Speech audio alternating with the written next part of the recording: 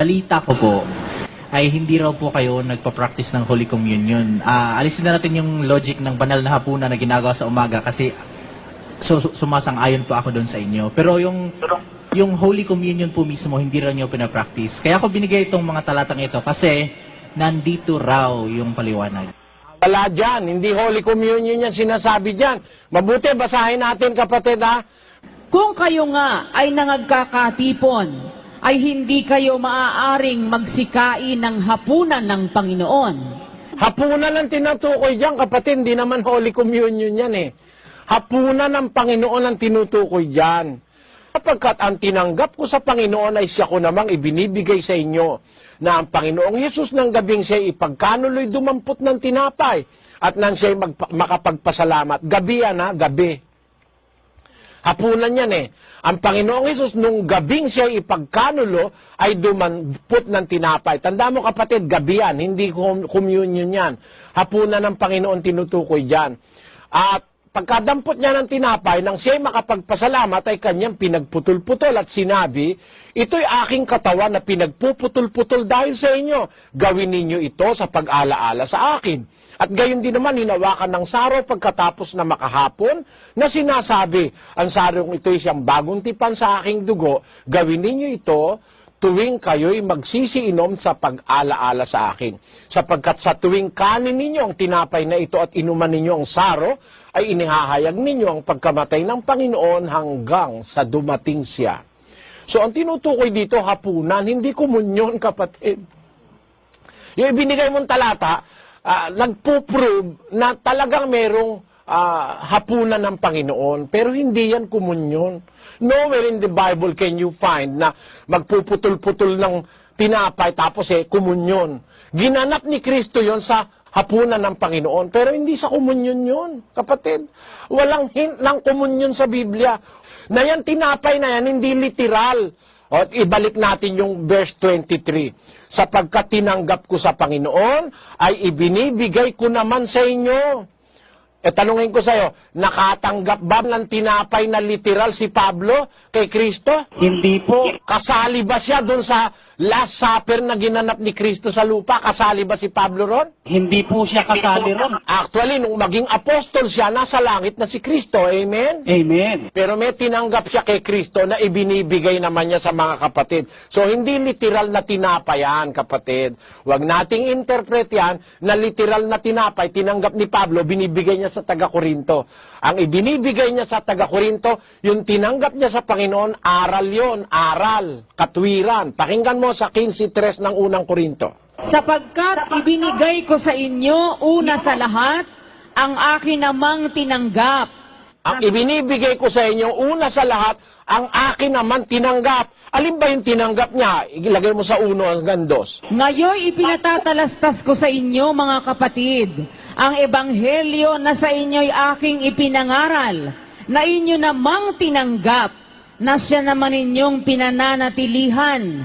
Sa pamamagitan naman ito'y ligtas kayo, kung matyagan ninyong iingatan ang salitang ipinangaral ko sa inyo, maliban na kung kayo'y nagsipanampalataya ng walang kabuluhan. So, ang tinanggap ni Pablo, salita, aral. Kung ano yung salitang tinanggap niya, yun din ang ibinibigay niya sa taga-Korinto. Kasi wala naman siyang tinanggap na literal na tinapay dahil hindi siya kasali sa Last Supper. Dahil hindi pa siya apostol noon. Walang komunyon sa Biblia na ginagawa ng alam mo kung bakit? Biro mo yung kanya, ang laki-laki. Yung iyo, ang liit-liit. Ano yun? Hindi ba iisa lang naman ang Kristo ng Biblia? Bakit gumawa ka ng malaki para sa'yo? At saka bakit sa komunyon, meron siyang alak, ikaw wala. Samantalang ang nasa Biblia, pakinggan mo sa 26:26 ng Mateo. At samantalang sila'y nagsisikain, ay dumampot si Jesus ng tinapay at pinagpala at pinagputol-putol at ibinigay sa mga alagad at sinabi, kunin ninyo, kanin ninyo, ito ang aking katawan. At dumampot siya ng isang saro at nagpasalamat at ibinigay sa kanila na nagsasabi, magsiinom kayong lahat diyan. Ulitin ko ang basa. At dumampot siya ng isang saro at nagpasalamat at ibinigay sa kanila na nagsasabi, ako lang ang iinom nito. Meron bang ganon? O, tingnan mo, sino ang pinainom niya? Yung pinakain niya ng tinapay. Eh, ito naman pare, pinakain ng tinapay na maliliit. Siya kanya yung malaki. Tapos siya lang ang may alak. Yan ang unfairness. Kaya napakamali niyang kumunyong itinuro ng pare, kapatid. Pasensya ka na, ha? I'm just answering you squarely and fairly and biblically, especially. Follow po. Alam ko po na hindi po ba, Brad Eli, ikinote lang ni Paul yung sinabi niya doon sa 23 baka mo, kung hindi ako nagkakamali ng 1 Corinthians 11, doon sa 26 naman na sinabi, na binasa mo ngayon lang, ano po. Pero sasabihin ko lang po sa inyo, tama po kayo, mali yung practice na Katoliko dahil ako po ay hindi Katoliko, ako po ay isang evangelical Christian po. Sa amin naman po, ang communion sa amin ay mayroon naman po ang tinapay at alak, konti. Pero po, ang akin pong tanong... Kapatid, bago ka magtanong, tatanungin kita, pwede ba kitang tanungin? Opo. Bawal ba sa inyo ang lumuhod sa mga ginawa ng kamay ng tao? Bawal na bawal po. Ayan, nagkakasundo tayo dyan, kapatid. Let us explore that. Bawal din sa amin na gumawa ng imahen para sambahin o luhuran. Alam mo kung bakit bawal ng Diyos yung paggawa ng imahen? Ang talata ng Isayas, meron akong babasahin ganito, ano? 42:8. Ako ang Panginoon na siyang aking pangalan at ang aking kaluwalhatian ay hindi ko ibibigay sa iba o ang akin mang kapurihan sa mga larawang inanyuan. Anong nga kita? Yung bang kaluwalhatian ng Diyos, pwede mong ilagay dun sa larawang inanyuan kahit na yun ay ginto pa? Ay, hindi po, kahit kailan, hindi po pwede, kapatid na Eli. Can the most precious stone or metal on earth carry with it the praises, the magnificence of the Lord? No, never, Brother Eli. Ang ibig kong sabihin, kung hindi kayang ilagay sa ginto yung magnificence ng Panginoon, kung hindi kayang ilagay sa larawan, kaya bawal ng Diyos yung larawan, tama? Opo, tama po. Tanong ko sa'yo, kaya mo bang ilagay sa kapirasong tinapay na ginawa sa bakery yung kaluwalhatian ni Kristo? Ay, hilalo pong hindi, kapatid na Eli. Pag yan pagsamba sa Diyos-Diyusan yan, na irerepresenta mo si Kristo sa kapirasong tinapay na literal, may tinapay na sinasabi sa Biblia pero hindi literal. Because that little bread cannot contain the magnificence and the glory of Christ. Kaya hindi natin kinikilala yung bread tinatinapay na yan. Kapatid, walang material thing on earth that can contain the glory of Christ. Kaya hindi kami naniniwala sa tinapay na ginawa sa bakery. Yung kaluwalhatian ni Kristo, nasa kanyang salita. At yung salita ng Diyos, yon ay ang mismong Kristo. Yun ang pinagsasalu-saluhan namin sa komunyon. Yung salita ng Diyos, hindi literal na tinapay. Yun, Bart, malinaw siguro yun. Opo, Ha? pwede po bang follow up o hindi na pwede? Sige. Isa na lang po. Sige po. Okay. Yun nga po yung tanong ko kanina kay Brad Eli. Hindi. Hindi ko po alam kung sino sumulat eh. Basta ang sinabi si 26. Yun po ba, yung ginawa po ba ni Kristo at ng mga apostol noon ay hindi literal? Alam mo kapatid, hindi literal yon. Symbolic yon of a more precious and important thing. Symbolic lang yon, hindi literal yon. Kung meron man literal sila, no, yun talagang aim ni Kristo, hindi literal. Symbolic yan. Gumagawa siya ng literal, pero it symbolizes something more exalted, more higher. It is higher. It is more important. Hindi yung literal na ginagawa ang dapat tignan doon. Pakinggan mo sa Juan 13, versikulo 1, ganito ating mababasa. Kapatid na Los, patuloy-tuloy.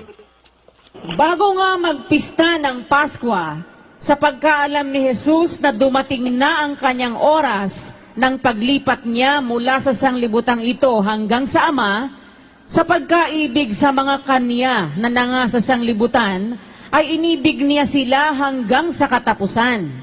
At habang humahapon, nang mailagay na ng Diablo sa puso ni Judas Iscariote, na anak ni Simon, ang pagkakanulo sa kanya, si Jesus sa pagkatalastas na ibinigay na ng Ama ang lahat ng mga bagay sa kanyang mga kamay, at siya'y nanggaling sa Diyos at sa Diyos din paroroon, ay nagtindig sa paghapon at itinabi ang kanyang damit, at siya'y kumuha ng isang tuwalya at ibinigki sa kanyang sarili. Nang magkagayoy, nagsali ng tubig sa kamaw at pinasimulang hugasan ang mga paa ng mga alagad at kinuskos ng tuwalya na sa kanya'y nakabigkis. Sa gayoy lumapit siya kay Simon Pedro. Sinabi niya sa kanya, "Panginoon, huhugasan mo baga ang aking mga paa?" Sumagot si Jesus at sa kanya'y sinabi, "Ang ginagawa ko'y hindi mo nalalaman ngayon. Datapwat mauunawa mo pagkatapos." Nakita mo, kapatid? Yung ginagawa ni Kristo dun sa... Kasi yung hapunan ng Panginoon niyang tinutukoy dyan eh. Kung kailan si Judas Iscariote nagdesisyonan na talagang ipagkanulo niya, umalis siya. At sinundo niya na yung mga huhuli kay Kristo. Itong mga nangyayaring ito, hindi ito, merong ang intensyon nito, turuan tayo ng literal na yon, hindi. Merong ginagawa si Kristo rito sa paghahapunan ito na hindi mo nauunawa, Pedro. Hindi ba nauunawa ni Pedro binigyan siya ng tinapay? Hindi niya ba nauunawa na yung tinapay? Sabi, ikainin mo yan at uminom kayo rito. Hindi ba nauunawa yun? Literally, nauunawa ni Pedro yun eh. Kaya nung huhugasan siya ng paa, sabi niya, "Panginoon, hugasan mo ba pa ako?" Literal kasi hugasan ng paa niya eh. Pero ano sabi ni Kristo? Ang ginagawa ko, Pedro, hindi mo nauunawa ngayon. Pagkatapos mo na mauunawa ngayon. Ang nakakalungkot, ang mga mangangaral ngayon matatapos na mundo, hindi pa nauunawa yung ginawa ni Kristo doon sa mga apostol. Salamat naman sa Diyos, naunawa namin na hindi pala literal yan. After all, hindi naman ako naglilingkod to please people. Tatandaan niyo ang isang mangaral ng Diyos, hindi nagbibigay lugod sa tao. Kaya nga ako, marunong akong gumamit ng mga salitang masakit para sa tao, kasi hindi ako nagbibigay lugod sa tao. Sa 1:10 ng Galacia, to prove my cause. Sapagkat ako bagay nang hihikayat ngayon sa mga tao o sa Diyos, o ako bagay nagsisikap na magbigay lugod sa mga tao, kung ako'y magbibigay lugod pa sa mga tao, ay hindi ako magiging alipin ni Kristo. Ang alipin pala ni Kristo, hindi nagbibigay lugod sa mga tao. Tama? Tama po. Kaya kung halimbawa, magsalita man ako ng masakit o gumawa ako ng masakit para sa iba, wala akong pakialam dahil hindi naman tao binibigyan kong lugod. Ang gusto ko makasunod sa Diyos.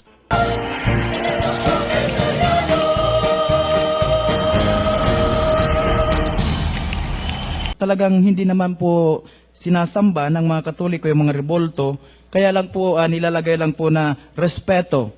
Halimbawa po, katulad po ng isang tao na pag ang isang tao ay mahal ng kanyang anak, siguro siya po ay iniidolo at masama naman po siguro, masasaktan po ang isang tao na ganyang na lapastanganin na lamang ang isang katulad noon. Siguro ang nagkakamali po doon yung gumawa noon dahil hindi po tinalian yung rebolto, kaya pagalaw nahulog po siya. So, ang tanong ko po ay ganito, mayroon po ba nakasulat sa Biblia na lapastanganin ang isang bagay na inirerespeto ng isang tao na kahit po wala pong nagsasamba sa kanya dahil talagang hindi naman pwede nagsasamba yun eh. Binibigyan lang po ng respeto, katulad ng aking ina, nirerespeto ko siya. So, kailangan po bang ganunin ko siya? Ganunin ko po ang aking magulang o aking mga kapatid? Patayuin ko po at pagkatapos ay ihulog ko? Ganito po yon. Kapatid, yung magulang natin, dapat talaga irespeto natin yun. Tama po yung sabi nyo, nirerespeto. Yung pagrespeto, yung paggalang, yun po, utos po ng Diyos yun. Igalang mo ang iyong ama at ang iyong ina. Ngayon, ang mga tatay mo, ginagalang mo, may retrato tatay mo, ba, nilalagay mo dun sa sala, di ba? O kaya sa bedroom mo, nilalagay mo yung retrato ng nanay mo. Pero hindi mo po nilalagyan ng kandila, hindi mo nilalagyan yung retrato ng nanay mo ng kung ano-anong mga dekorasyon, tapos luluhod ka sa retrato ng nanay mo. Ang paggalang, iba po sa pagsamba, kapatid. Pagka lumuluhod ka na, sinasamba mo na. Sabi no, hindi naman sinasamba ng Katoliko, niluluhuran nga ninyo eh. Yung pagluhod, pagsamba yun. Basahin natin sa 95:6 ng awit. O magsiparito kayo, tayo'y magsisamba at magsiyukod, tayo'y magsiluhod sa harap ng Panginoon na may lalang sa atin. Yun hong pagluhod, pagyukod, yun po pagsamba ayon sa termino ng Diyos sa Biblia. Eh yung magulang natin, ginagalang natin, hindi naman tayo lumuluhod. Hindi naman natin nilalagyan ng kandila. Nagdadasal ba tayo sa magulang natin? Dinadasalan ba natin ang magulang natin? O nanay ko, panalangin mo ako. Meron ba tayong ginagawang ganon? Wala naman eh. Kung iginagalang lang natin, wala naman pong masama. Igalang ang magulang eh. Pero luhuran mo, tapos sabi nung iba, sabi nung pare, ginagalang lang namin, di namin sinasamba. Yun nga pagluhod mo, pagsamba na yun eh, ayon sa Biblia eh. Bawal nga yun eh. O yan. Kaya kung tayo nakikinig sa salita ng Diyos, pakinggan natin yan. Huwag tayo makinig sa chismis o kaya sa opinion ng kahit na sino. Ang iba, mas gusto yung mga palusot, yung iba, yung mga gusto yung... Mas magandang manalig tayo sa salita ng Diyos, kapatid. Bawal po ng Diyos gumawa niyan, yung mga larawang inanyuan na yan. Hindi natin dapat isiping ang pagka-Diyos ay sa ginto, pilak o bato na inukit ng kabiasnan at katalinuhan ng tao, sabi ni Pablo. Isipin mo man lang hindi, bawal na eh. Na may pagka-Diyos dyan o kaya yan dapat mong luhuran, o kaya panalanginan. Kasi kung kung ang paniwala mo, wala namang pagka-Diyos, ba't ka mananalangin doon? Ba't mo kakausapin yun? Ba't mo ipagpepiesta at ipagpuprosesyon?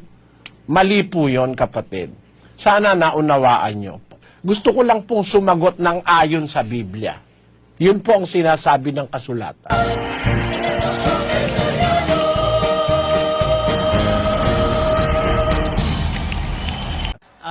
Marami na po akong church na napuntahan, small church, big church, at nararamdaman ko rin po yung caring nila. Ang tanong ko po, paano nyo po mapapatunayan na ang lahat ng pastor sa buong mundo ay mali ang itinuturo na magiging dahilan upang mapunta silang lahat na pastor na mga born again sa dagat-dagatang apoy? Kung hindi po ba sila lilipat kahit mabuti po ang kanilang budi, kahit narinig nila ang inyong turo, ay mapapa-impyerno ba sila? Yun po yung una. Malay ko kung ano nasa kalooban nila. Pero isang bagay ang natitiyak ko, maraming pastor, bulaang pastor, ministro ni Satanas. Hindi ko paghatol yon. Ulat yon ang Biblia. O, hindi ko hatol yon. Salita ng Biblia yon. Sino ba yung hindi sumusunod sa Diyos? Sino ba yon? Yung mga mangangaral na nangangaral, hindi naman yung sa Diyos ang pinangangaral, dinadagdagan, binabawasan. Imo-modify ko ba yung sinabi ni Cristo? Papalitawin ko, uy, nangangaral naman yan, maliligtas din yan. Mali naman yun. Hindi naman hustisya yun. Kung tayo mananampalataya ng Biblia, kung ano yung nasa Biblia, yun ang tanggapin natin. Hindi dahil sa hinahatulan natin ng sino man, kasi hindi naman natin alam ang puso ng sino man. Pero pagka ikaw, napahanay ka dyan sa mga ganyang manluloko, magdarayang mga manggagawa, mga bulaang apostol, mga sinungaling, paano ba sasabihin mo rito sa kay Buloy? Hindi ba sinungaling yan? Napakalaking kasinungalingan. Nakausap ko ang Diyos. Ang dapat ikaw maging presidente, si Kibo. Si Kibo. Kalabas-labas, talo si Kibo. Di nanloloko ito, dinadahilan ng Diyos. Kung totoong ang Diyos ang may sabi sa iyo niyan, bakit hindi nanalo si Kibo? O, pakinggan mo hindi panloloko sa kapwa yan. Tonight, be known unto all Filipinos that the Almighty Father has appointed a president for this nation. He is no other than Gilbert Guidero. Ang panloloko yan? Sa umpisa pa lang, mahahatulan mo ng loloko The Almighty Father has appointed a president for this nation.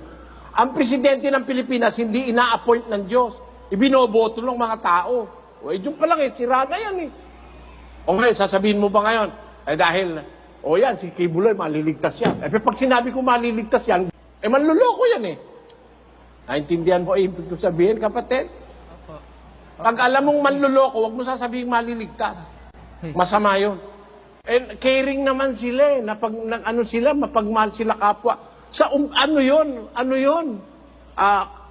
Hipokrasiya yun. Pagpapaimbabaw, hindi tunay na totoo yun. This is a skin ng Lucas. At sinabi niya sa kanila, kayo ang nang-aaring ganap sa inyong sarili sa paningin ng mga tao. Datapwat nakikilala ng Diyos ang inyong mga puso, sapagkat ang dinadakila ng mga tao ay kasuklam-suklam sa paningin ng Diyos. Kahit ginadakila ka dahil kunyari nagpapakita ka, mahal mo mga tao, pero niloloko mo naman. Bakit? Tinuturo mo yung aral mali. Wala sa Biblia manluloko ka talaga. Paano ngayon sasabihin ko sa'yo na maliligtas yan? Sa tanong mo sa akin, kapatid, na ang sabi mo, paano ko mapapatunayan lahat ng pastor sa buong mundo ay mali ang tinuturo ng mga pastor mapunta sa impyerno. Hindi ko naman kailangan patunayan mali tinuturo nila. Hindi mo na kailangan patunayan, kitang-kita mo namang mali.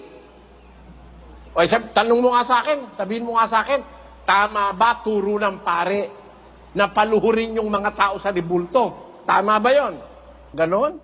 Dahil mabait yung pari sa akin, ligtas na yon. Ay, hindi totoo yon. Mali yon, maling hatol yon. Wala sa hustisya ng Diyos yon. Hindi dahil sa ginawang ka ng mabuti, paniwalaan mo ng maliligtas. Ang kailangan sa gawang mabuti, kaakibat na aral na totoo. Pero kahit ano pang buti ang ipakita mo, pero ang itinuturo mo'y aral na mali, ano ang sabi ng Diyos? 1:19 ng unang Korinto. Sapagkat nasusulat, iwawalat ko ang karunungan ng marurunong at isasawala ko ang kabaitan ng mababait. Ng Diyos yun, hindi ako may sabi nun. Kahit gaano ka pa kabait, tarantado yung aral mo, hindi ka maliligtas. Pero kahit ano pa sabihin ng taong masama ka, tama naman ang itinuturo mo, maililigtas mo ang tao. Kasi ang makakapagligtas sa tao yung tamang turo 4:16 ng unang Timoteo. Mag-ingat ka sa iyong sarili at sa iyong turo. Manatili ka sa mga bagay na ito, sapagkat sa paggawa nito ay ang iyo ring sarili ang ililigtas mo at pati ng mga nagsisipakinig sa iyo. Ang makakapagligtas sa nakikinig sa isang mangangaral, yung turo niya, na turong totoo. Sabi ng Diyos kay Timoteo, mag-ingat ka sa sarili mo, mag-ingat ka sa iyong turo, sapagkat sa paggawa nito, sarili mo ang ililigtas mo, pati ang nakikinig sa iyo. Kaya ang kaligtasan ng mangangaral at saka anong inaaralan niya, nandun sa turo na maingat na itinuro, hindi pa daskul-daskul na kung saan-saan pinag-aagilap, kagaya ng mga paring Katoliko. Ngayon, pagkababait ng pare, may maliligtas ba? Na pare na tinuruan ng mga miyembro lumod sa Diyos-Diyusan? O ikaw ngayon ang humatol? Kung ibabase mo ang sinasabi sa salita ng Diyos, anong hatol mo? Ligtas ba yung mga papa sa Roma? Na pinaluluhod yung kanilang mga miyembro sa mga karumal-dumal na mga Diyos-Diyusan? 4:3 ng unang Pedro. Sapagkat sukat na ang nakaraang panahon upang gawin ang hangad ng mga hentil at lumakad sa kalibugan, sa mga masamang pita, sa mga paglalasing, sa mga kalayawan, sa mga kayamuan, at sa kasuklam-suklam na pagsamba sa mga Diyos-Diyosan. Kasuklam-suklam pala yung pagsamba dyan sa mga ginawa ng kamay ng mga tao. Pinaluhod mo ang mga tao dyan. Kahit kano ka pa kabait, kasuklam-suklam ka sa Diyos. Ligtas ka kaya.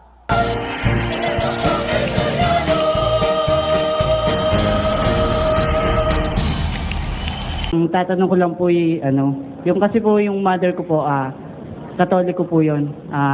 Siya po yung sa akin nagturo na maging mabait nga sa ibang tao.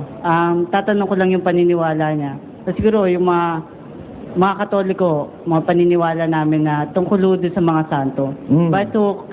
Bakit hindi dapat nating yung hindi sambahin, kasi sabi ng one of my professor po, teacher sa high school, na sabi daw po niya, hindi daw niya sinasamba yung image po, sabihin na ho natin ni Blessed Virgin Mary po, kundi inaano lang daw niya, adoration lang daw po o paggalang. Paggalang? Opo, ano pong masasabi niyo? Edi sabihin mo sa teacher mo, wala ka namang intensyon na siya kanya ipahiya mo, kaya makipag-away ka sa kanya. Ginagalang nyo lang pala si Virgin Mary, okay lang. Hindi nyo naman pala sinasamba, ginagalang nyo lang. Parang magulang, ginagalang mo, di ba? Ngayon, tanong ko sa iyo ganito. Yung bang tatay mo, ginagalang mo, iho? Oo. Sige. Sumusunod ka sa kanyang utos dahil ginagalang mo siya. Opo, opo. Yun. Yung retrato niya, nilalagay mo sa bahay mo, tama? Actually, nandito po. Yun. Nilalagay mo ba siyang kandila? Hindi po. Lumuluhod ka ba sa harap ng litrato ng tatay mo? Hindi rin po. Nananalangin ka ba sa litrato ng tatay mo? Hindi rin po. Pero ginagalang mo siya. Opo. Yon. Kaya iba yung paggalang kaysa sa pagsamba. Ano? Pagka dinadalanginan mo na, niluluhuran mo na, sinasamba mo na yon. Kahit ano pang pretensyon ang gamitin mo, magpakunwari ka, hindi ko sinasamba, ginagalang ko lang, niloloko mo lang ang sarili mo. Dahil, yung tatay mong ginagalang mo, hindi mo naman pinagpo-prosesyon eh. May prosesyon ba ng iginagalang ng mga tatay? Ha? Meron ba? Na papasanin mo yung ribulto ng tatay mong iginagalang mo at saka ka magkakanta at maghahanda ka ng maraming handa. Dios de salve Maria, llena eres de gracia, el Señor es contigo. May musiko, brajing bum bum, brajing bum. Bendita tu eres. May paputok pa eh. Ngayon, ginanon mo na ba ang tatay mo? Ginanon mo na. Sabi mo, ginagalang mo tatay mo. Kung yun ang paggalang, lahat ng ginagawa mo kay Maria, gawin mo rin sa tatay mo at sa nanay mo. Ewan ko kung gagawin mo. Ayun. Kaya, doon makikita mo yung diferensya sa paggalang at pagsamba. Kasi yung pagluhod, yung panalangin, yun ay ginagawa lang sa Diyos. Pakinggan mo ha. Basa. Ito ha. Bagay, malapit na naman ang mahal na araw eh. Kaya uumpisahan ko na. Binamano ko sa Marikina. Eto.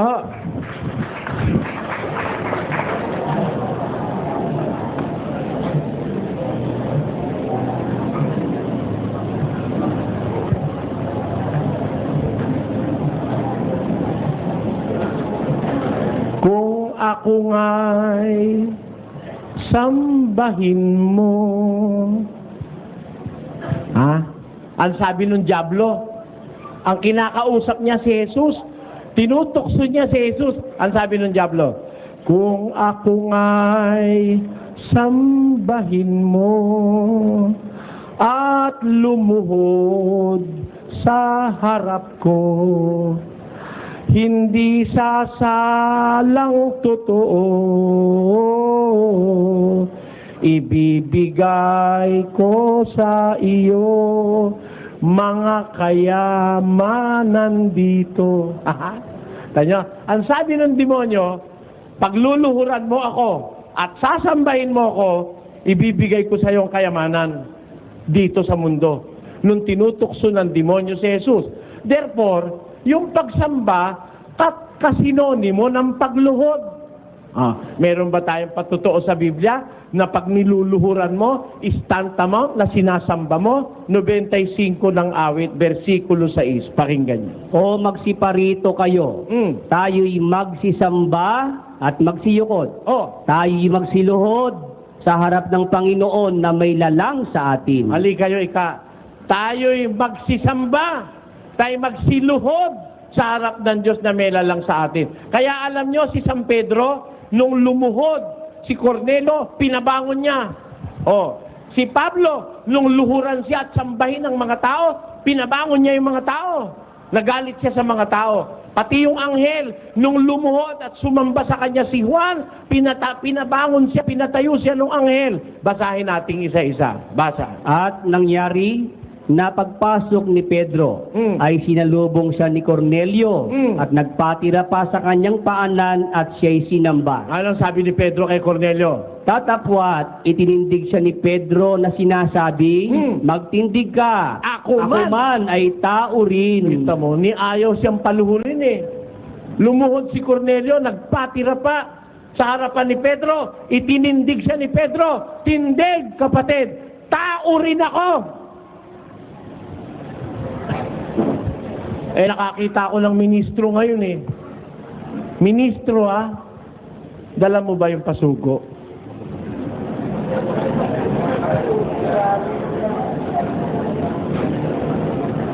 Ministro, ang kanyang mga alagad, kapwa niya ministro, nakaluhod sa harap niya. Ay, gustong-gusto.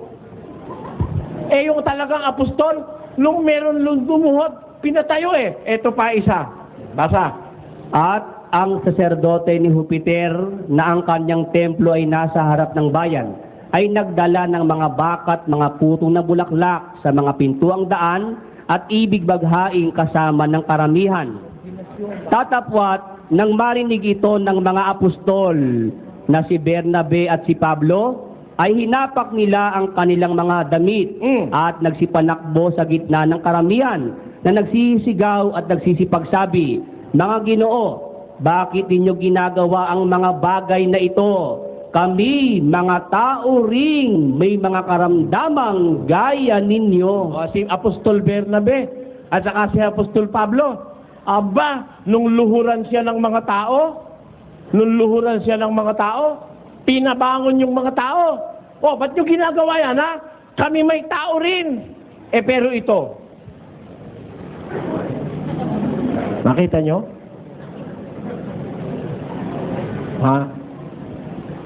Nakita nyo? Niluhuran siya, like na like niya, di ba? Nakaluhod, Luhod ka. Tapos pinatungan ng kamay. Ayan na ebidensya.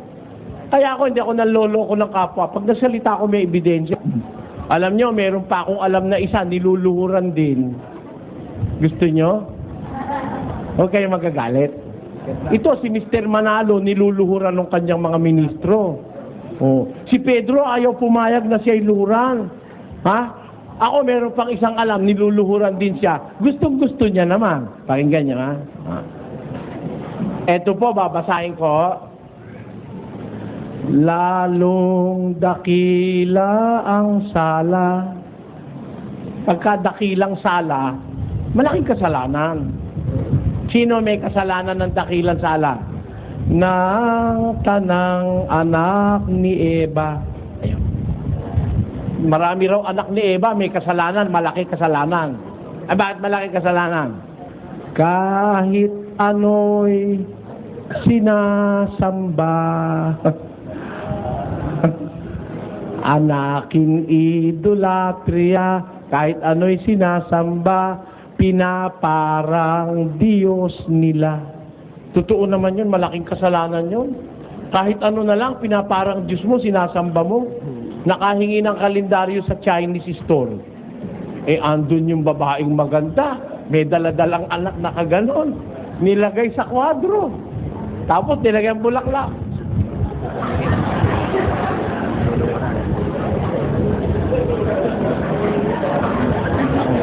Di ba? Totoo, hindi. Kalendaryo lang yun. Bagay, mabuti-buti naman yung kalendaryo. Yung iba nga, alikitran eh. Yung alikitran, yung maitim na pintura, ipipintura dun sa pipintura dun sa pinto. Ngayon, bago siya umalikitran eh. Kalendaryo lang yun. Bagay, mabuti-buti naman yung kalendaryo. Yung iba nga, alikitran eh.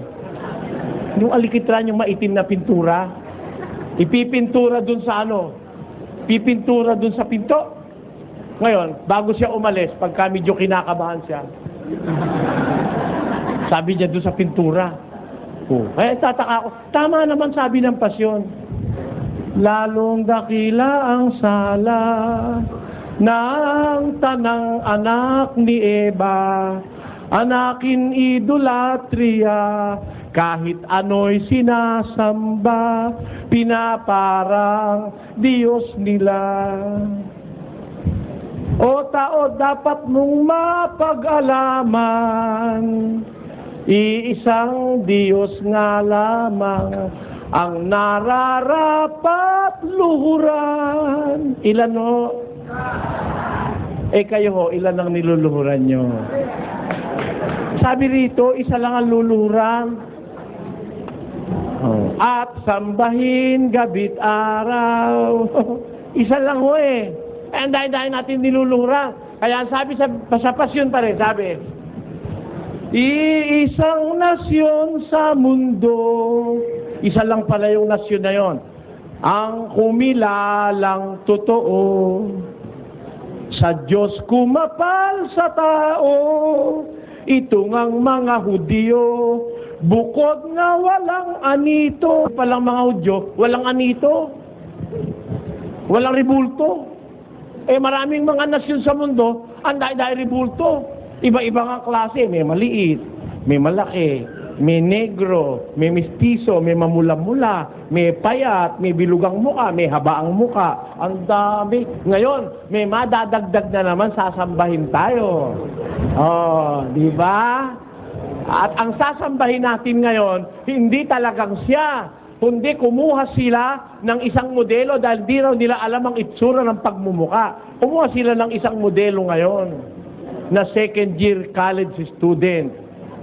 Tanyo.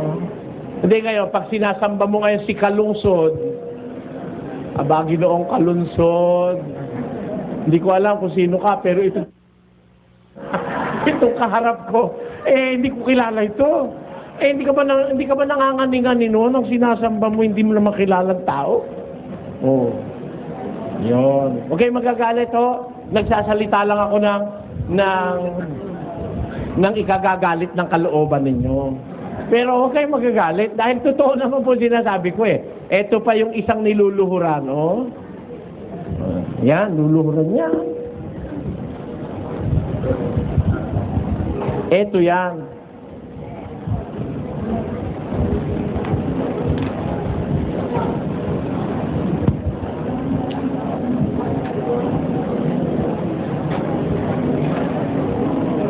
Yan. Niluluhuran siya retin nyo. Lahat ng kardinal, luluhod sa kanya. Si Pedro, nung luhuran, huy, tindig, tao rin ako, no? Nung luhuran naman si Apostol Bernabe, si Apostol Pablo, huy, huwag mong gawin yan, ako may tao rin. Niluhuran yung anghel. Anghel naman ang niluhuran. Alam nyo, ginawa nung anghel, basa. Akong si Juan. Ako ang nakarinig at nakakita ng mga bagay na ito. At ng aking marinig at makita ay nagpatira pa ako upang sumamba sa harapan ng anghel na nagpakita sa akin ng mga bagay na ito. At sinabi niya sa akin, ingatan mong huwag gawin iyan. Bakit? Ano sabi ng anghel? Ako'y kapwa mo alipin. Sabi ng anghel, nilumuhod si Juan doon sa anghel na nagpakita sa kanya ng mga kamanghamanghang bagay na isinulat niya sa Apokalipsis. Ang sabi ngayon ng anghel, hoy, huwag mong gawin yan. Ako rin ay aliping kagaya mo. Pumayag ho ba yung anghel na luhuran siya? Kayo, lumuluhod ho ba kayo sa anghel? O kayo magkakaila? Sa Betis, maraming tindahan ng anghel doon. Meron nga pugutang ulo may pakpak sa tabi. Niluluhuran niya di ba? Tapos sasabihin, hindi raw sinasamba, ginagalang lang daw. Mali naman yata yun. Kung Biblia pag-uusapan natin, ang paggalang hindi para luhuran. Ang paggalang hindi para iprosisyon o kabitan ng kandila at lagyan ng bulaklak. Wala kang tatay na iginagalang na ipinusisyon mo at nilagyan mo ng kandila at nasulog tuloy yung bahay dahil nasanggi ng pusa yung kandila. Yun ang nangyari.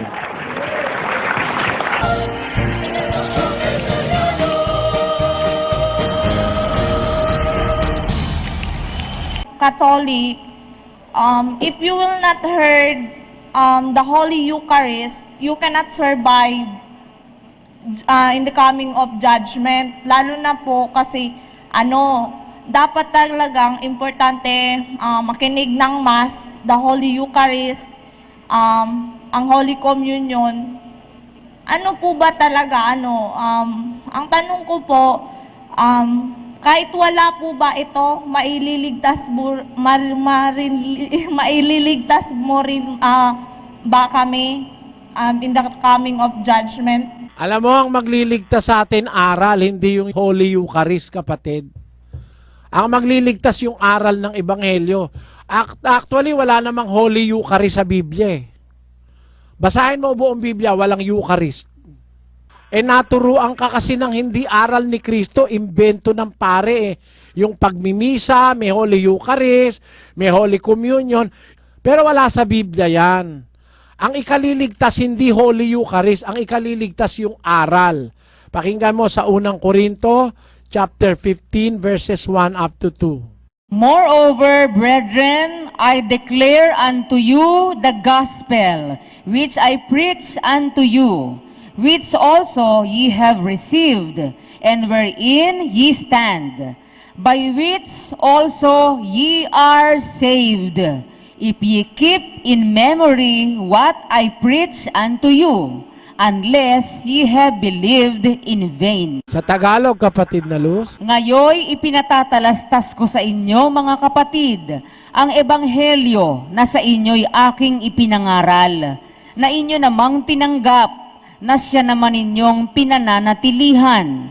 Sa pamamagitan naman ito'y ligtas kayo, kung matyagan ninyong iingatan ang salitang ipinangaral ko sa inyo, maliban na kung kayo'y nagsipanampalataya ng walang kabuluhan. yan, sa pamamagitan ng Ebanghelyo, yung aral, ligtas kayo.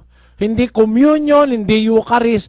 And totoo, yung pinapagawa sa inyong komunyon, pinapakain sa inyo, tinapay, katawan daw ni Kristo yon. Hindi naman kayo pinapainom nung sa chalice o doon sa kopa. Nung iutos ni Kristo yon, yung pinakain niya, pinainom niya rin. Ang ginawa ng pare, binawasan, siya lang ang uminom. Basahin natin ang 26-26 ng Mateo. At samantalang sila'y nagsisikain, ay dumampot si Jesus ng tinapay at pinagpala, at pinagputol-putol, at ibinigay sa mga alagad, at sinabi, kunin ninyo, kanin ninyo, ito ang aking katawan. Tapos, At dumampot siya ng isang saro at nagpasalamat, at ibinigay sa kanila na nagsasabi, magsiinom kayong lahat diyan. tamo, yung pinakain niya nung tinapay, pinainom niya rin lahat. Uminom kayong lahat. Ang ginawa naman ng pare, pinakain kayo ng tinapay, maliit, yung kanya malaki eh. Di ba kung nakikita mo sa misa, Sis Luz? Tapos, ang ginawa niya, siya lang ang uminom. Di naman pinainom yung mga nando sa harap niya. Si Kristo, nung mag-last supper, pagkatapos niyang bigyan ng tinapay, pinainom niya lahat. Ito naman mga pare, siya lang ang umiinom. O, tamo, de mali. Wala sa Biblia, kulang. Kaya, alam mo kapatid, yung Eucharist na sinasabi mo, communion na sinasabi mo, yan ay hindi nagaganap ng pare dahil unang-una mali sa pagka-interpret nila. Nilagay nila sa puro literal yan eh. Nilagay nila puro material. Yung sinasabi ni Kristo tinapay na kakainin, spiritual yan eh. Kung ipapaliwanag ko lang, napakahaba, ano? Pero yung tinapay na yan, hindi galing sa bakery. Pakinggan mo, sabi niya sa 6 ng Juan. Ito ang tinapay na bumababang galing sa langit, upang ang taong makakain ay huwag mamatay. Saan galing yung tinapay, Sister Luz? Galing po sa langit. Hindi galing sa bakery. Kaya alam mo, nako kapatid, alam mo ang sabi ni Kristo kung anong kahulugan yan? Sa 6:63 dyan sa Juan din. Ang Espiritu nga ang bumubuhay. Sa laman ay walang anumang pinakikinabang. Ang mga salitang sinalita ko sa inyo ay pawang espiritu at pawang buhay. Ayan, yung mga salita ni Kristo, spiritual yon. Ang ginawa ng pare, ginawang material. Kumuha ng tinapay, yun daw ang katawan ni Jesus. Mali. Hindi literal na tinapay yan. Hindi yan material bread. Hindi physical bread yan. Galing sa langit yan. It has something spiritual in it. Yun ang hindi naintindihan ng pare. Kinalulungkot ko, Kaya ang mga Katoliko, kain ng kain, pakinabang ng pakinabang, komunyon ng komunyon, sugarol pa rin, lasenggo pa rin, sabungero pa rin, walang nababago. Mas marami yung nasa bisyo. Bakit? Wala silang napapakinabang dun sa tinapay ng pare. Kasi hindi naman yun ang talagang tinapay na dapat kainin. Yung ipinapakain ni Kristo ng tinapay, pag kinain mo yon, magkakaroon ka ng takot sa Diyos. Mababanal ka. Sa Katoliko, sabungero pa rin. Pagkatapos ng misa, tuloy sa sabong. Pagkatapos ng misa, murahan pa rin, away pa rin. Kaya hindi totoo yung aral.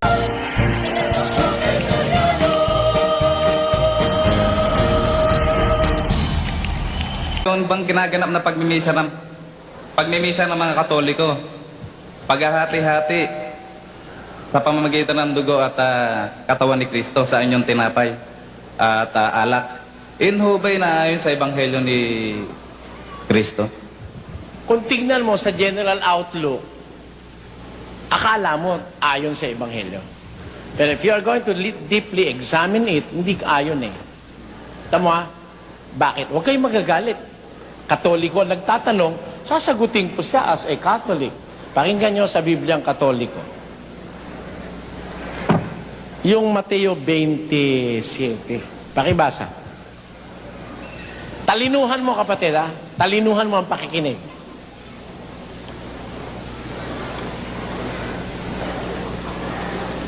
Sa paghapon, dumampot siya.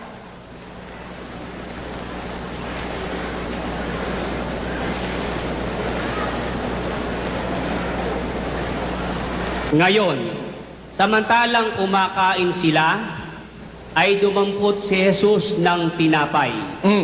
Pinasbasan niya, hinati, at ibinigay sa mga alagad na ang wika, kunin ninyo at kanin, ito ang aking katawan. Tuloy. At pagkakuha ng kalis, ay nagpasalamat siya at ibinigay ito sa kanila na sinasabi, uminom kayong lahat diyan. Maliwanag yun, ano? Kumuha siya ng tinapay, binigay niya. Kumain kayo. Ito aking katawan. Kumuha siya ng kalis, yung cup. Binigay sa kanila, uminom kayo lahat diyan. Tanong, uminom ba si Jesus? Uminom. Asan? Ulitin natin ang basa. Teka. Ngayon, samantalang kumakain sila, ay dumampot si Jesus ng tinapay. Kumakain sila eh. Naghahapunan sila. Natural, kumakain sila lahat. Pati si Jesus kumakain. Pero nung dumating na yung isang aral, isang tiempo na magtuturo siya ng aral, this is a part of the supper. Ano? Ordinarily, supper, kumakain sila. Pero merong part na, kumbaga, elevated. Isang bahaging natatangi doon sa hapunan. Kumuha siya ng tinapay, kasi kumakain na nga sila eh. Pero kumuha siya ng tinapay. This is a distinguished part of the supper. Pagkakuha yung tinapay, hinati-hati. Kainin nyo. Ito ang aking katawan. Alin ang pinakakain niya? Yung tinapay. Oo. Ano daw yung tinapay? Yung puro kanyang Yun daw ang kanyang katawan. Alangan naman siya kumain din, katawan niya na nga eh. Maraming Hindi pa salamat. tayo tapos. Tapos, kumuha siya ng kalis o ng cup. Sabi niya, inom kayong lahat dyan. Bakit? Ito, Sapagkat ito ang aking dugo. yun ang dugo ko. Ba't naman yung dugo ko? Pati ako iinom. Amen? Amen. Sino uminom? Mga alagad. Silang lahat. Kumain din ba sila? Kumain. Kumain din. Ikaw alagad ka. Kahit minsan, pinainom ka na. Hindi oh. Pinakain ka lang eh. At ang masama, pati siya nakikain. Malaki yung kanya, yung sa'yo maliit. Kita mo na. Maraming salamat po. Susuri ka lang naman, di ka maloloko eh. Ayan ang Biblia eh. Hindi naman ikaw, Yung iba nagagalit lang sa akin eh. Totoo, kung magagalit pa yun, kung gusto nyo, suntukan na lang eh. Oh, di ba?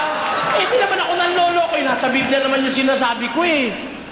Nung magpakain si Jesus, yung pinakain niya, pinainom niya rin.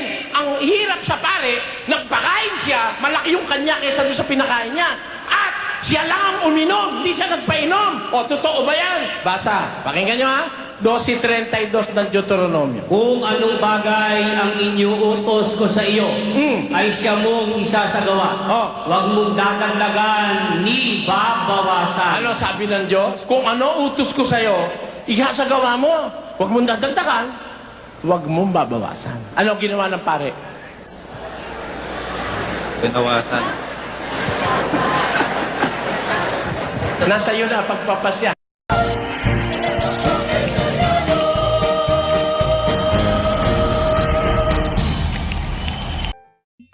Kinalulungkot ko yung sagot ko, kapatid, na baka magdamdam kayo.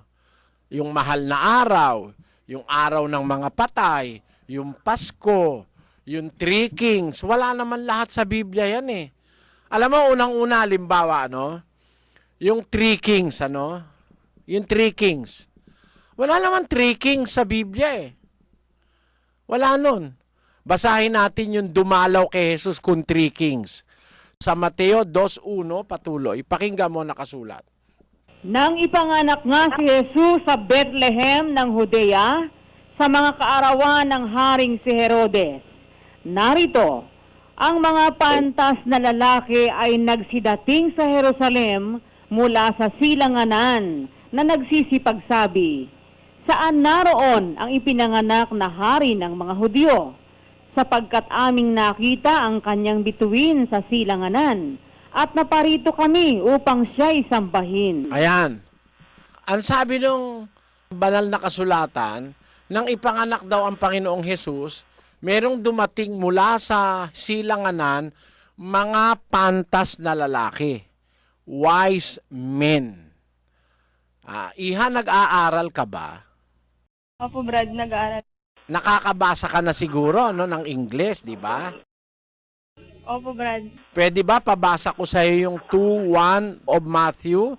Pakilagay nyo nga sa screen sa English. Matthew 2:1. Now when Jesus was born in Bethlehem of Judea in the days of Herod the king, behold, there came wise men from the east to Jerusalem. Ayan. Sino yung pumunta sa Jerusalem? Wise men po. Wise men. May nakalagay bang 3? Wala po, Brad. Awan meti saok 3. Walang salitang 3.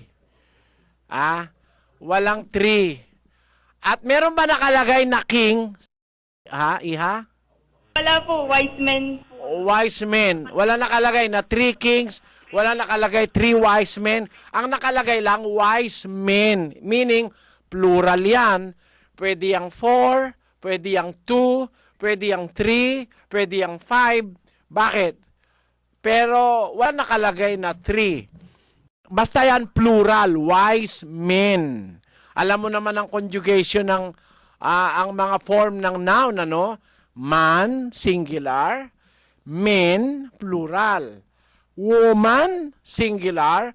Women, plural. Ang nakalagay, wise men. Ibig sabihin, plural. Maaaring 2, maaaring 3, maaaring 4, maaaring 5. Pero wala nakalagay na 3. Agreed? Agree po. Yan. Ngayon, may nakalagay ba sila ay kings? Wala po. Ngayon, tatanungin kita, Iha. Nag-aaral ka, sabi mo, di marunong ka na ng logic, di ba? Opo. Marunong ka logic, ha? Eto ngayon, tetestingin ko kung marunong ka na ng logic. Ikaw ba, papayagan ng tatay mo, 12 o'clock in the midnight, lalabas kang mag-isa? Hindi po, sigurado hindi po. Bakit? Gabi na po, at saka babae po ako. Hindi po, lumabas ng mga... Yan ang logic. Yan ang sinasabi ko, logic. Hindi ka papalabasin ng tatay mo na mag-isa ng gabi. Unang-una, ang logic, babae ka. At ikalawa, gabi na. Ikatlo, maraming masamang loob. Baka ka ma-rape. Hindi ba ganon, kapatid? Tama po, Brad. O ngayon, tatanungin kita. Kung ikaw ay hari ng isang kaharian, hari ka, lalabas ka bang mag-isa? Siyempre, hindi po. Yung mga pinaghaharian mo, papayag ba na ikaw lang mag-isa, maglalakbay kang malayo? Sigurado hindi po sila papayag kasi marami po sigurong magtatangka sa buhay ko dahil nga sa hari po ako. Ayan, ngayon kung 3 kayong hari, lalabas ba kayo? 3 lang kayo? Pare-pareho kayong hari, lalabas ba kayo? 3 lang kayo, maglalakbay kayo ng malayo? Tatawid kayo ng mga bundok, mga disyerto? Lalakbay ba kayo ng 3 lang kayo? Pare-pareho kayong hari? Hindi rin po.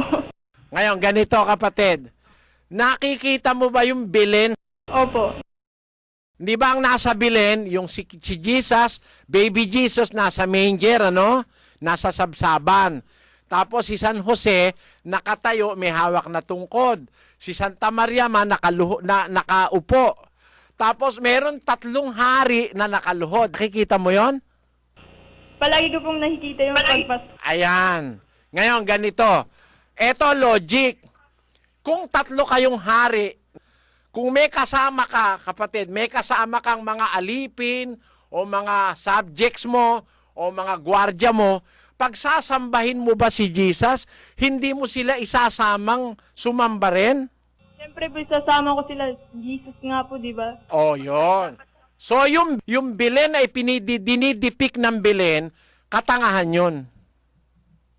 Dapat kasi, kung 3 silang hari, meron silang tiga sa 10 bodyguard, ang makikita mo sa bilin, ang tig sa 10 bodyguard ng hari, di lalabas 33 na sila, no? At saka 3 si Maria, at saka si Jose, at saka si Jesus. Dapat 36 at least ang mga nakapaligid doon at sumasamba kay Jesus. Hindi. Unang-una, wala sa Biblia yung salitang 3 hari. Pero pinaniwala kayo na 3 yung hari. Tapos nilagyan pa ng pangalan. 6 na taon nang nakapanik sa langit si Kristo bago lumabas yung Gaspar, Melchor at Baltasar. Huwag kayong magagalit kasi tinatanong mo ako, no? Gaya nung Christmas. Sabi nyo si Kristo pinanganak 25 ng Disyembre. Kaya Christmas yon. Pero hindi totoong si Kristo pinanganak ng December, kapatid. Kasi nung ipanganak si Kristo, hindi naman malamig. Hindi malamig noon, walang yelo noon. Alam mo, pag December may yelo malamig Lalo na doon sa Bethlehem, nagyeyelo ron pagka December. Pakita ko sa iyo ang Bethlehem pag December Yan sa Bethlehem yan merong yelo Diyan pinanganak ang Panginoong Jesus. Diyan pinanganak. Kung December siya pinanganak, lalabas puro yelo. Nung ipanganak si Kristo, ano ba ang sabi ng Biblia? Pakinggan mo Sa Lucas 2:7. At kanyang ipinanganak ang panganay niyang anak na lalaki, at ito'y binalot niya ng mga lampin, at inihiga sa isang pasabsaban, sapagkat wala ng lugar para sa kanila sa tuluyan. At may mga pastor ng tupa sa lupain ding yaon, na nangasa parang, na pinagpupuyatan sa gabi ang kanilang kawan. At tumayo sa tabi nila ang isang anghel ng Panginoon, at ang kaluwalhatian ng Panginoon ay nagliwanag sa palibot nila, at sila'y totoong nangatakot. At sinabi sa kanila ng anghel, huwag kayong matakot, sapagkat narito, dinadalhan ko kayo ng mabubuting balita ng malaking kagalakan, na siyang sasabuong bayan. Sapagkat ipinanganak sa inyo ngayon sa bayan ni David, ang isang tagapagligtas, na siya ang Kristo, ang Panginoon. So, nung ipanganak ang Kristong Panginoon, merong mga pastor nasa parang, sa bukid, at pinagpupuyatan na bantayan yung kanilang kawan, yung mga tupa. Alam mo ba, kapatid, kung ano kinakain ng mga tupa? Opo, damo po. Damo. Pagka ba nakalatag ang yelo, makakakain ba ng damo yung tupa? Siyempre, hindi po. Logic yan Pagka ba malamig, puro yelo, ikaw ang pastor, Ilalabas mo ba yung mga tupa mo? Siyempre, hindi po kasi malalamig. Malamig po sa labas. Malalamigan kayo, sisipunin kayo lahat, di ba? Ano ang ibig ko sabihin? Hindi posible, it is not possible, na si Kristo'y pinanganak ng Disyembre. Kasi winter ang Disyembre sa Bethlehem. So, hindi siya pinanganak ng December. Basahin natin ang Catholic Encyclopedia, Sister Luz. Ito po ay nasa volume 2 sa page 607 ng Catholic Encyclopedia. Ang title, Christmas. The feast of the Savior's birth is called Christmas, the Mass of Christ. It is celebrated on December 25 and is one of the main feasts of the liturgical year. The actual date of the Lord's birth is unknown, and its commemoration was generally included in the Feast of the Manifestations, Epiphany, January 6, during the first 3 centuries of the Christian era.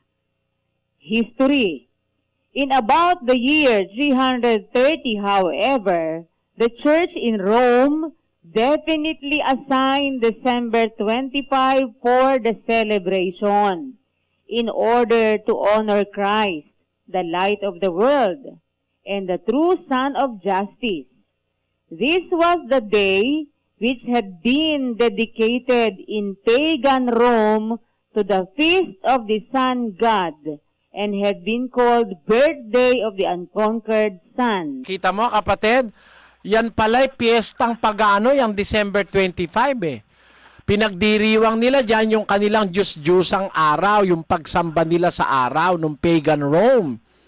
So, hindi yan ang talagang kapanganakan ni Kristo. Inaamin ng Catholic Encyclopedia na sa Bible, it is unknown, walang nakalagay na petsa. Sila lang ang naglagay nung 330, inassign nila ang December 25 for the celebration of Christmas, which is not biblical, it is just an invention. So it is not true. Nakita mo, kapatid? Kaya yung karamihan sa mga pinagdiriwang nyo, mga piyesta, wala sa Biblia lahat yan eh.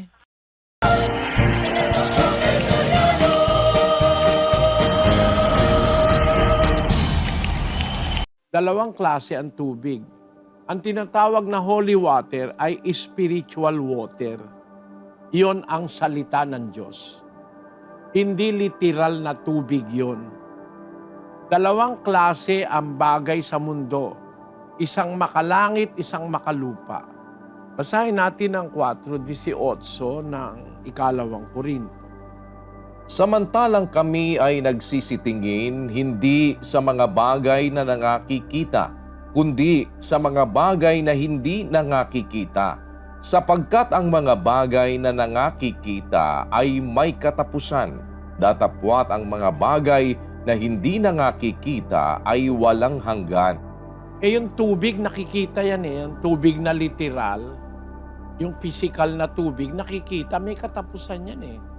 Yung hindi nakikita, walang hanggan yon, sabi ng Diyos. Kaya dalawang bagay ang nasa mundo. Visible at saka invisible. Material at spiritual.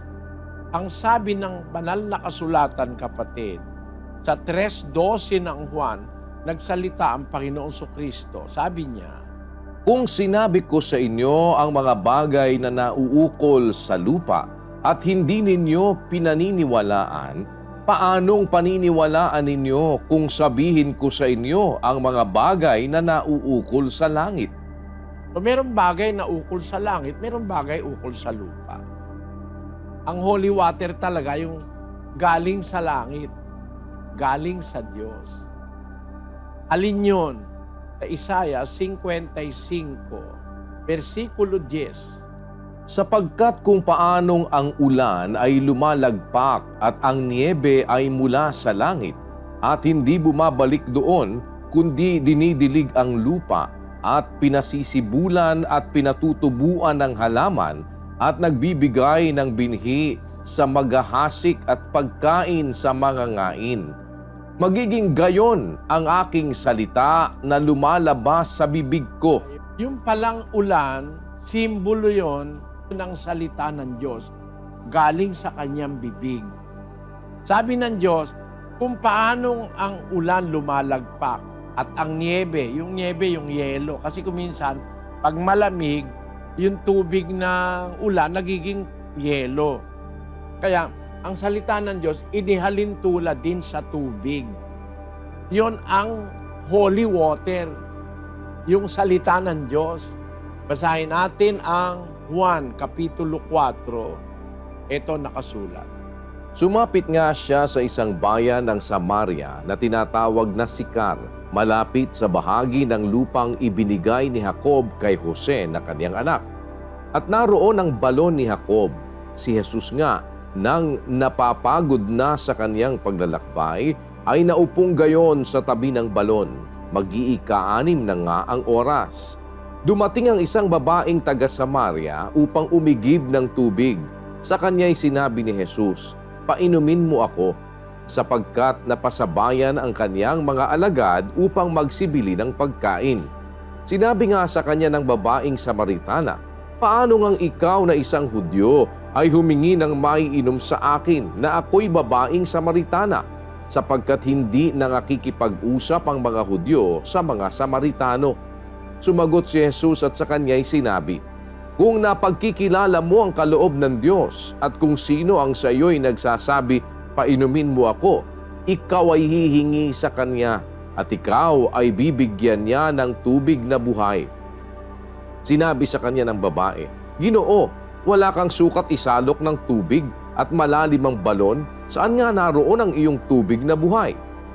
Dakila ka pa baga sa aming amang si Jacob na sa amin nagbigay ng balon at dito'y uminom siya at ang kanyang mga anak at ang kanyang mga hayop?" Sumagot si Jesus at sinabi sa kanya, "Ang bawat uminom ng tubig na ito ay muling mauuhaw. Datapwat, ang sinumang umiinom ng tubig na sa kanya'y aking ibibigay ay hindi mauuhaw magpakailanman. Ngunit ang tubig na sa kanya'y aking ibibigay ay magiging isang balon ng tubig na bubukal sa kabuhayang walang hanggan." Sinabi sa kanya ng babae, "Ginoo, ibigay mo sa akin ang tubig na ito upang ako'y huwag mauhaw, ni pumarito man sa ganito kalayo upang umigib pa." Sinabi sa kanya ni Jesus, "Humayo ka, tawagin mo ang iyong asawa at pumarito ka." Sumagot ang babae at sa kanya'y sinabi, "Wala akong asawa." Sinabi sa kanya ni Jesus, "Mabuti ang pagkasabi mo, wala akong asawa, sapagkat nagkaroon ka na ng 5 asawa at ang nasa iyo ngayon ay hindi mo asawa. Dito'y sinabi mo ang katotohanan." Sinabi sa kanya ng babae, "Ginoo, napaghahalata kung ikaw ay isang propeta." Sinabi ni Kristo, bibigyan kita ng tubig na buhay. Ang kahulugan nun, yung salita ng Diyos. Kasi nanggagaling yung salita na yon sa bibig ng Diyos. Kung paano yung ulan nanggagaling sa alapaap sa langit, yun namang holy water o salita nanggagaling naman sa bibig ng Diyos. Yon ang holy water, yung galing sa bibig ng Diyos. 4 ng Mateo. Datapwat siya'y sumagot at sinabi, "Nasusulat, hindi sa tinapay lamang mabubuhay ang tao, kundi sa bawat salitang lumalabas sa bibig ng Diyos." Yung salita ng Diyos, parang tubig lumalabas sa bibig niya, parang ulan nanggagaling sa langit. Ang salita ng Diyos ang tinatawag na holy water sa Biblia. Yung salita ng Diyos, yun ang ini-offer ni Kristo dun sa babaeng Samaritana na umiigib ng tubig sa balon ni Jacob. Yung salita ng Diyos, yun din ang magiging bukal sa ating puso.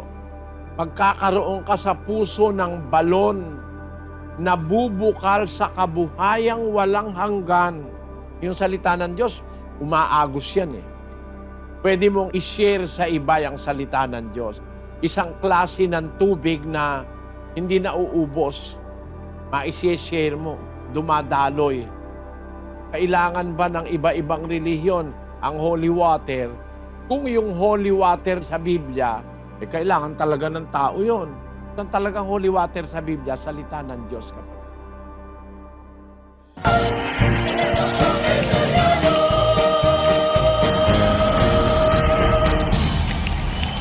Opo, salamat po sa Diyos at ang ating pong panawin magtatanong, si kapatid na Galicano Malyari. Sige po, kapatid na Galicano. Ako po'y may dalawang katanungan na maiksi lamang at karagdagang kaalaman ng isang tao. Ito po ang unang katanungan. Kailan po ang talagang kapanganakan ni Jesucristo?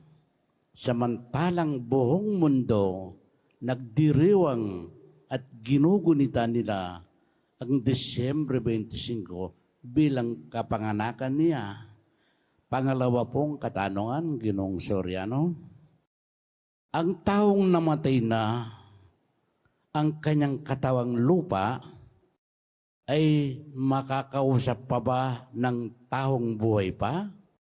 Yun lamang po ang aking katanungan, Ginoong Soriano. Marami pong salamat. Salamat din sa pagdalo, kapatid na Galicano. Unang-una, pag ang tao patay na, hindi mo na pwedeng kausapin yung tao. Yung katawan niya, patay na, nakalibing na yun eh. Basahin natin ang 9 Gs ng Ecclesiastes. Anumang masumpungang gawain ng iyong kamay, gawin mo ng iyong kapangyarihan, sapagkat walang gawa, ni kathaman, ni kaalaman man, ni karunungan man, sa libingan na iyong pinaparunan. Yan po sabi sa Ecclesiastes eh. Sabi sa Ecclesiastes, nanumang akit na ningke kang gamat bang daptan mo kingke kang mabilog a kapayan. Uling alang dapat, ni pikatsaman, ni belwan man, ni kabyasnan man, king kutkutan o seol, ake kang ayan. Alang belwan, alang pikat sa alang kabyasnan, alang nanu naman, king kutkutan anong no kapupunta. Sabi na ning kasulatan. Kaya hindi na po pwedeng kausapin yon. Kaya nga bawal ng Diyos, nakikipag-usap ka pa sa patay. Yan ang ginagawa ng mga espiritista. Akala naman ng ibang tao, nakakausap nga nila patay. Hindi totoo yon. Ang patay hindi pwede nang magsalita. No? Yung katawan niyang nakalibing. Kaya binawal ng Diyos, kausapin mo ang patay. Pag merong nakikipag-usap, hindi yun yung patay. Ang nakikipag-usap, masasamang espiritu na yon. Kaya bawal ng Diyos yan eh. Meron kasing masasamang espiritu na nagsasamantala, pagka merong mga nakikipag-usap sa patay, magkukunwari sila na sila yung patay para mailigaw ka. Nung masasamang espiritu ng mga demonyo. Kaya bawal ng Diyos yan. Deuteronomio 18:10. Basahin natin, kapatid na Daniel. Huwag makakasumpong sa iyo ng sinumang nagpaparaan sa apoy ng kaniyang anak na lalaki o babae, o nanghuhula, o nagmamasid ng mga pamahiin, o engkantador, o manggagaway, o engkantador ng mga ahas, o nakikipagsanggunian sa mga masamang espiritu, o mahiko, o sumasangguni sa mga patay. Sapagkat sino mang gumagawa ng mga bagay na ito, ay karumal-dumal sa Panginoon. At dahil sa mga karumal-dumal na ito, ay pinalalaya sila ng Panginoon mong Diyos sa harap mo. Awal po yan eh. Sa Kapampangan, ang sabi diyan sa 18, mayakit kay ninumang parala na king api, ing kayang anak lalaki o ing kayang anak babae. Metong ang mamamanula, metong nga darapat king pamag-anito, o metong nga inkantador, o metong nga mag-anting-anting, o metong nga manaligwat, o metong nga mangutang king metong nga espiritong marinat, o metong nga magkukulam, o metong nga mangutang karing mete. Uling ninumang darapat karing antikareting bage, makasumami yaking Gino.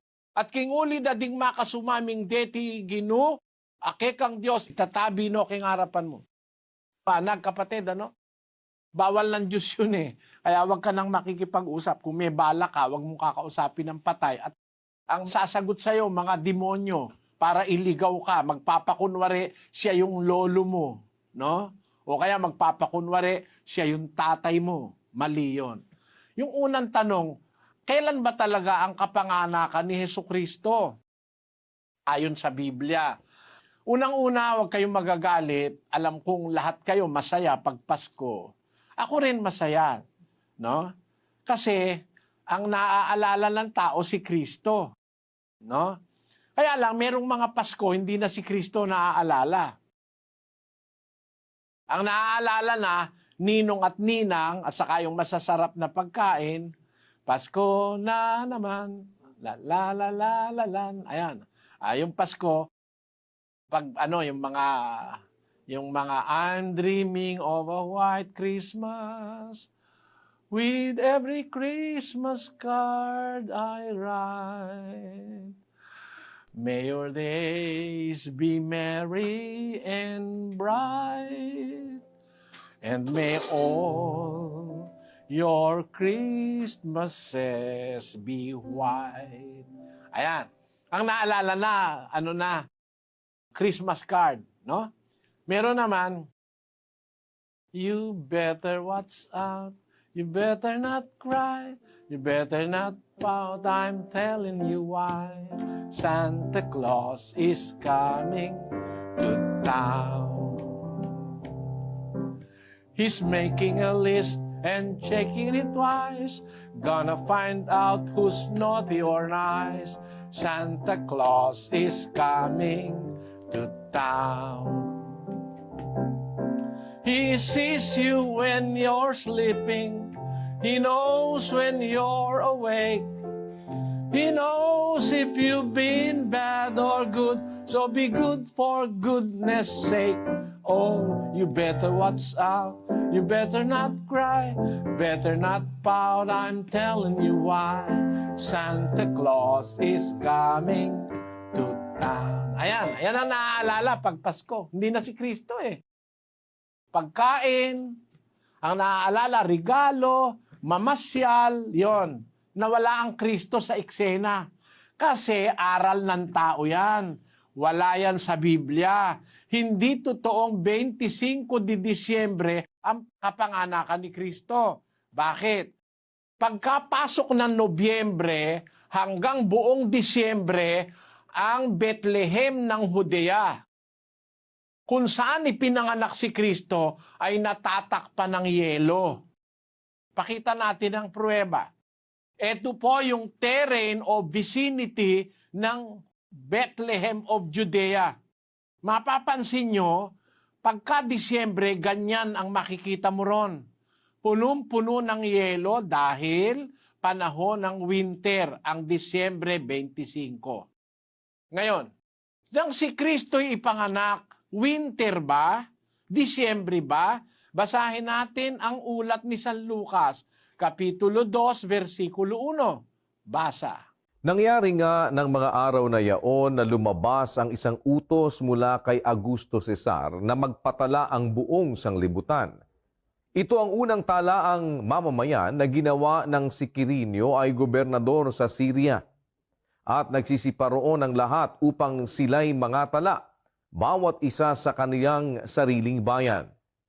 At si Jose naman ay umahon mula sa Galilea, mula sa bayan ng Nazaret, hanggang sa Judea sa bayan ni David, na kung tawagi Bethlehem, sapagkat siya'y sa angkan at sa lahi ni David, upang patala siya pati ni Maria na mag-aasawa sa kanya na kasalukuyang kagampan.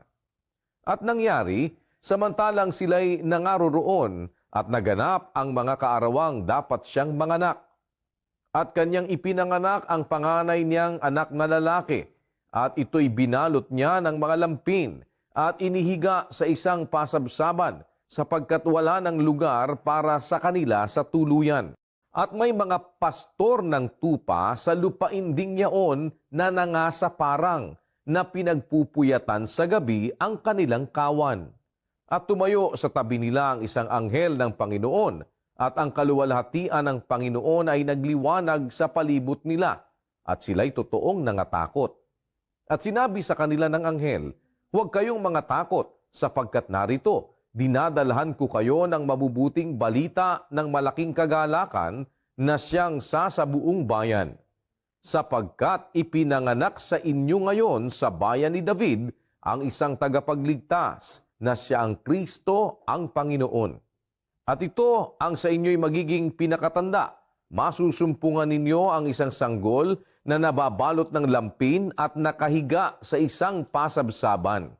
At biglang nakisama sa anghel ang isang karamihang hukbo ng langit na nangagpupuri sa Diyos at nangagsasabi, "Luwalhati sa Diyos sa kataas-taasan at sa lupay kapayapaan sa mga taong kinalulugdan niya." Ayan, yan ang po istorya. Nung ipanganak si Kristo, kasi sila taga Nazaret sila sa Galilea. Nag-utos yung emperador ng Roma magkaroon ng talaan ng mamamayan, census, para ma-tax niya ang mga tao. Ang nangyari, si Jose, saka si Maria, kailangang umalis dun sa Galilea, pupunta sila sa Judea. Kasi doon siya nakalista. Kasi siya ay anak ni David. No, kapatid? At kailangan doon siya magpalista sa siyudad ni David. Kasama niya ngayon si Maria na asawa niya, na kasalukuyang kagampan, mabuktot. Doon sila dinatnan ngayon ng panganganak sa Judea. Sa makatwid, si Kristo pinanganak sa Bethlehem ng Judea. Pag Disyembre, ang Bethlehem ng Judea, puno ng yelo. So, hindi ipinanganak si Kristo ng Disyembre. Alam nyo kung bakit. Ito na nyo yung Judea, oh. Ganyan ang itsura. Pati kotse, lubog eh. Yan.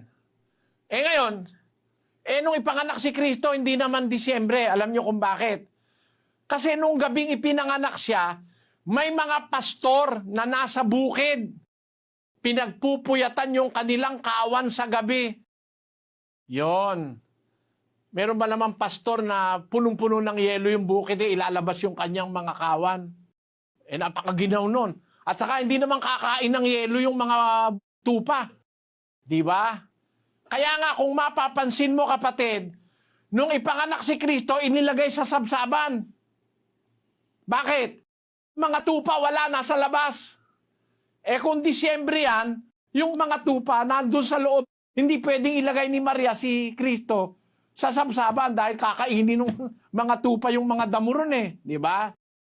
Ibig sabihin, wala yung mga tupa dahil yung mga pastor nga na nasa labas nagpupuyat sa bukid Ibig sabihin, hindi tiyempo ng Disyembre yan. At walang emperador ng Roma na mag-uutos ng census ng winter.